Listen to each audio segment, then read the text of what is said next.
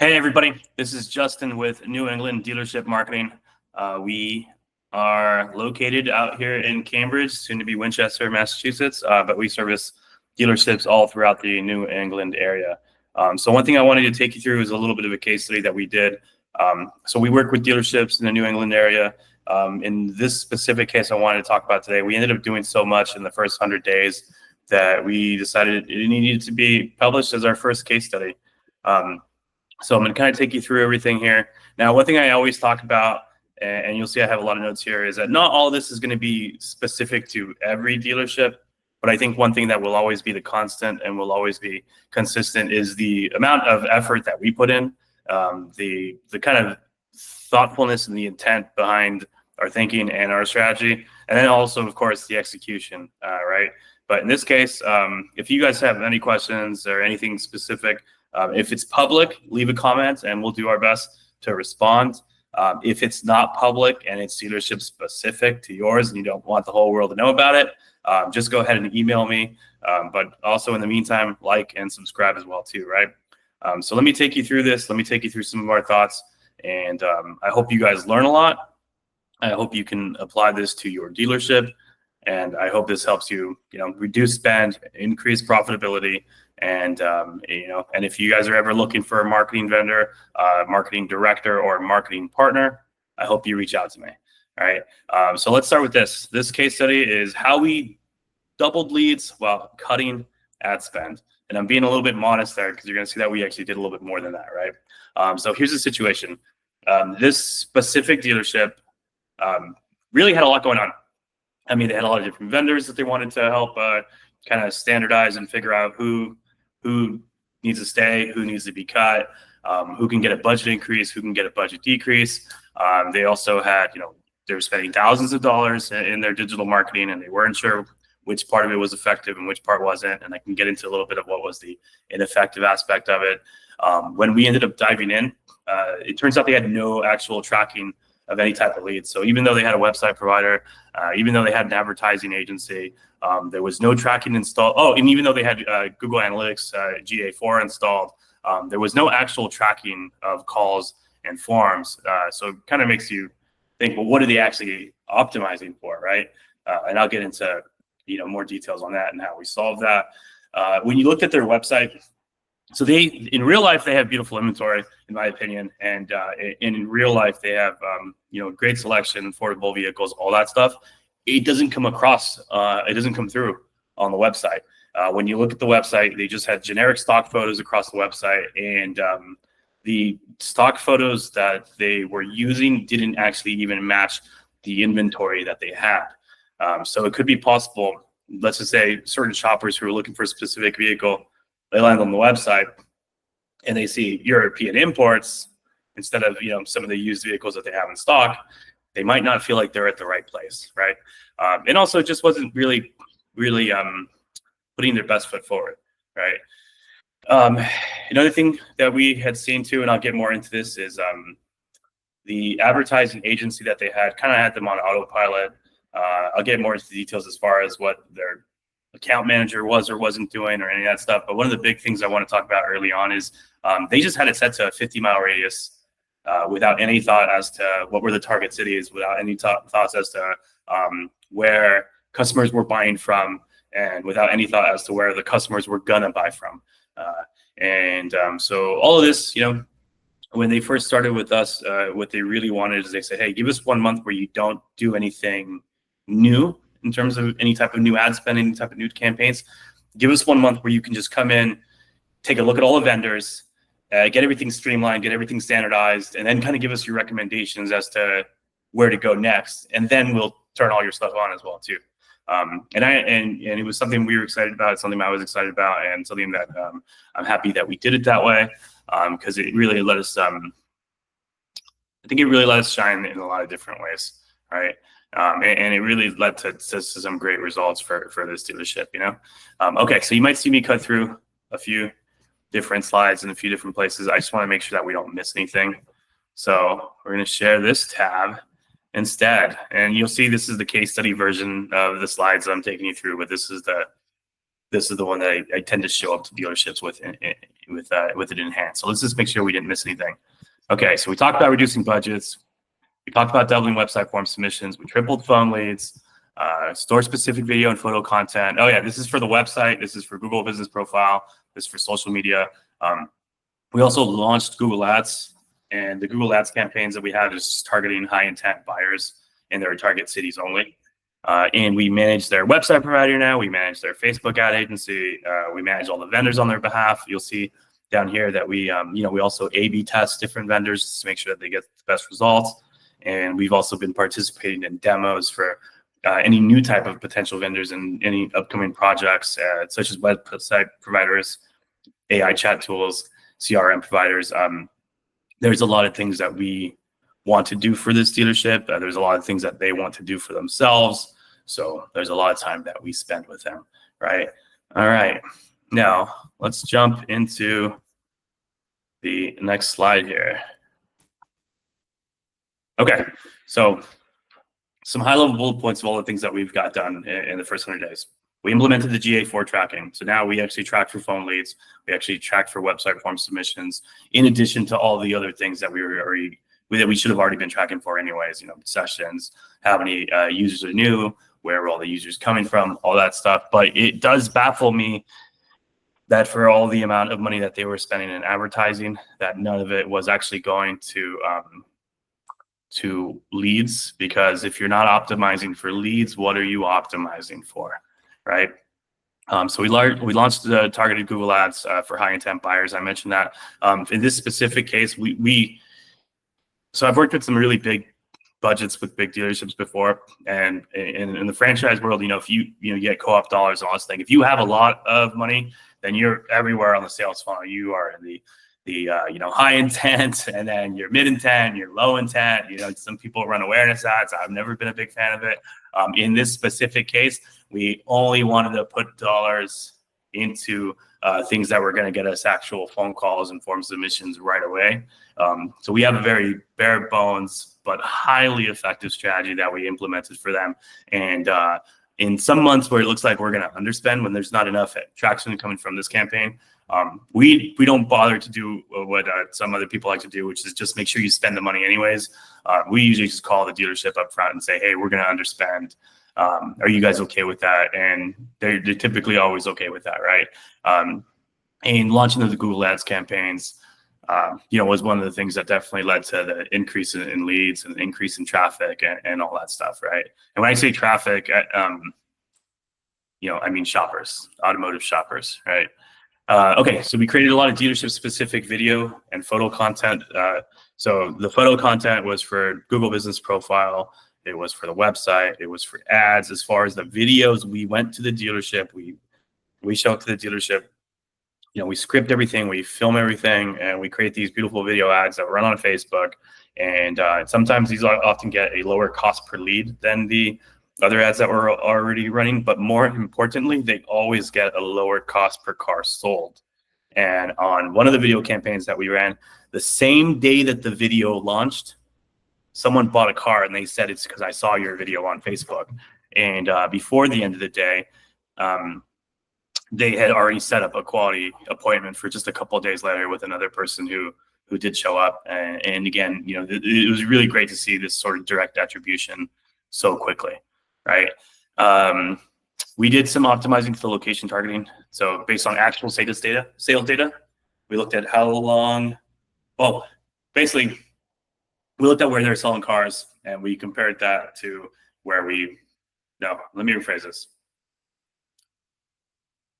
We took their sales data to determine which cities were the most profitable and which cities were the least profitable. And it was pretty crazy because there were places where, they've been spending thousands of dollars for over a year and never sold a car. Likely were never going to sell a car just because of what their demographic was. And it was really until we came in and we looked at this that we made a change to this, and we micromanaged their ad agency to make the changes that we needed, because the ad agency was on a little bit of autopilot, set it and forget it, right? And then of course we coordinate between all the vendors for the unified strategy. So regarding the tracking, the website provider already had the GA4 installed, but they weren't tracking any actual leads. The advertising, obviously, they were spending thousands of dollars, and they also weren't tracking any type of lead tracking on the website itself. So there was no phone call, no form submissions or events set up. And it looks like the decisions must have been made on sessions and VDP views, but not necessarily leads, right? And there was no ability set up for actual conversions. And I want to talk about this really quick just because I have the bullet point here. When we talk about leads, when New England Dealership talks about leads, when Justin talks about leads, we mean phone call, we mean form submission, we mean chat lead. We don't mean a click, we don't mean an impression, and we certainly don't mean VDP views. It always drives me nuts when I see in the automotive marketing space that that people count VDP views as leads when they're not leads, and that's I'll move forward on that one, but it's just something that has tended to always drive me nuts. And if you're watching this video, especially with the title that it has, I bet you it's something that probably drives you nuts too, when someone counts a VDP view or a session as a lead, right? So we set up event tracking phone calls, we created form submission tracking events, and yeah, let's move forward. The Google Ads campaign. So I talked about this a little bit. I'll talk about this again. So we set up a Google Ads campaign, and this one is really just, it's a very bare bones campaign, but highly effective. So in the past, when I worked with big budget dealerships, lots of co-op dollars and all that stuff, very complex, very impressive campaigns, and I guess omni-channel would be the right word. But that's a lot of dollars wasted. And when you're an independent dealership, or when you're a smaller dealership that has to be very budget conscious, which in this case, that's what we were going for. We really only wanted to focus on the type of searches that lead to a phone call, the type of searches that lead to a form submission, and more importantly, the type of searches that lead to a sale. When we first started, the numbers that we had seen were a little bit worse than I wanted to right out the gate. So we started at the $40 cost per lead section. But around the 100-day mark, we were down to $10.14 for either a phone call or a form submission, or all these different things combined. So definitely good numbers, definitely something that we loved. Another thing that this dealership had never done is they had never run any type of video ads. So we went to the dealership, we filmed, we scripted, edited, all that stuff, put it onto Facebook ads. Obviously, we had the smart and the right kind of targeting for automotive buyers, and we got a purchase same day. It was really great to get a text message from the dealership. I'll show you that text message from the dealership. All right, check this out. Good news. We've already sold one vehicle from the video and have another appointment Wednesday from the video. And I said, that's awesome. Just happy to spread the good word. I'm definitely going to want to hear more at our marketing meeting. So we were very happy about that. Let's get back to the slides. Okay, regarding the website transformation, like I've talked about, we're trying to we are focusing on replacing these stock photos as much as possible with actual photos of the dealership. We are also creating location-specific landing pages. So in the industry, we'd call these directional pages. All the places where we know we sell a lot of cars, and we know that we might be targeting with the ads, but we also want to appear organically, even if we're not physically in that town. We've got used cars for sale pages in those towns pointing back at us. We're throwing our hat in there. I have case studies on this too, where we have gone from non-existent or on page 6, created some content, and see big jumps as to our organic rankings in those towns, right? One thing that was a great win though too, that we've seen from all these changes, is that we've increased the time on site, and we've increased the engagement per session as well too. Now, let me see if there's anything else here on our brochure that I might want to share. Okay, so their website used pure stock photos, had missing sections, and lacked optimization for their focus vehicles and target cities.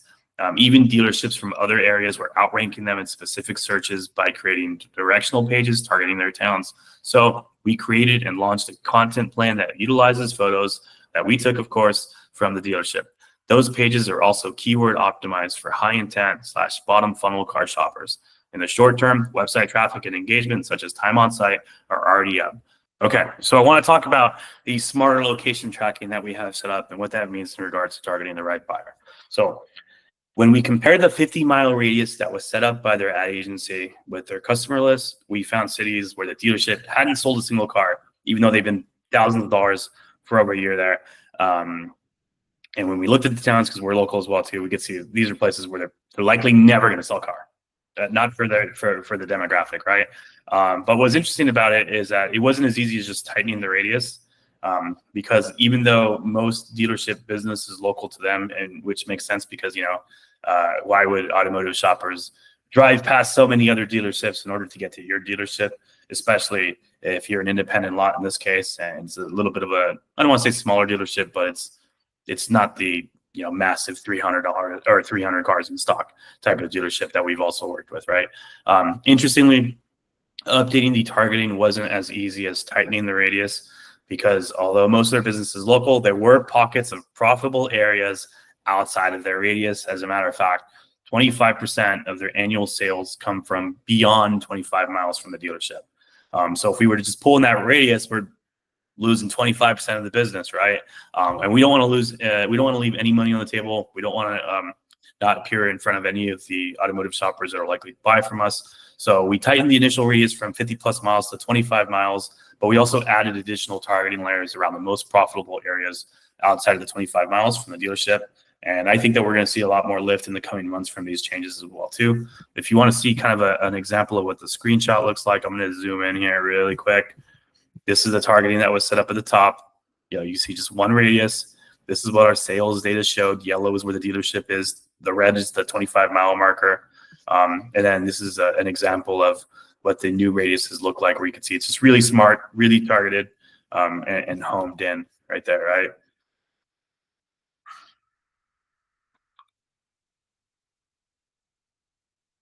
Okay, so let's talk a little bit about this. So reducing budgets, adding clarity, and standardizing vendors. So part of the services that we offer, it includes streamlining, standardizing, and measuring.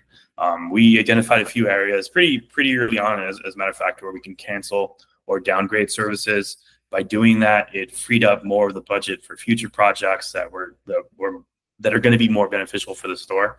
And in the meantime, I've also been attending demos with the dealership GM to support his goals for 2025, and also supporting my goals, kind of help me help them in terms of tracking the results for their stores and where we could really see a lot more impact. But in the first 100 days, approximately first 100 days of working in this dealership, it's a big win to be one of the few vendors who can come in and give you recommendations that aren't just always, hey, increase your budget. In this case, we were able to recommend a decrease in budget, and by recommending a decrease in budget, still increasing leads, increasing phone calls, and also just giving them, better customer experience for their customers, right? Because now when you land on the website, instead of seeing photos that aren't relevant to their dealership, you're seeing photos that were taken at the dealership of their actual inventory. So customers know up front, kind of, is this the place I'm likely going to buy from? It looks like it is, because they've got the kind of selection that I'm looking for, which makes sense because this is what I typed into Google when I did the search. And this is where they either appeared organically, or this is where they appeared through a paid search ad that I clicked on. And now everything is just starting to be very cohesive. And I bet when I call, they're going to have the vehicle that I want in stock. So if you guys have watched this and you found this beneficial, please go ahead, like and subscribe. If you guys want to read the actual case study itself or more, I'll drop the link into the YouTube video. So it'll probably have our website, contact us, and probably have my email address, probably have this case study on my LinkedIn page as well too. Let's see if there's anything else I haven't talked about.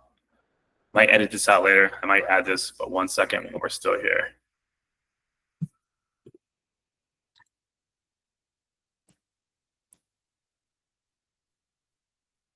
Okay, really quick, call to action.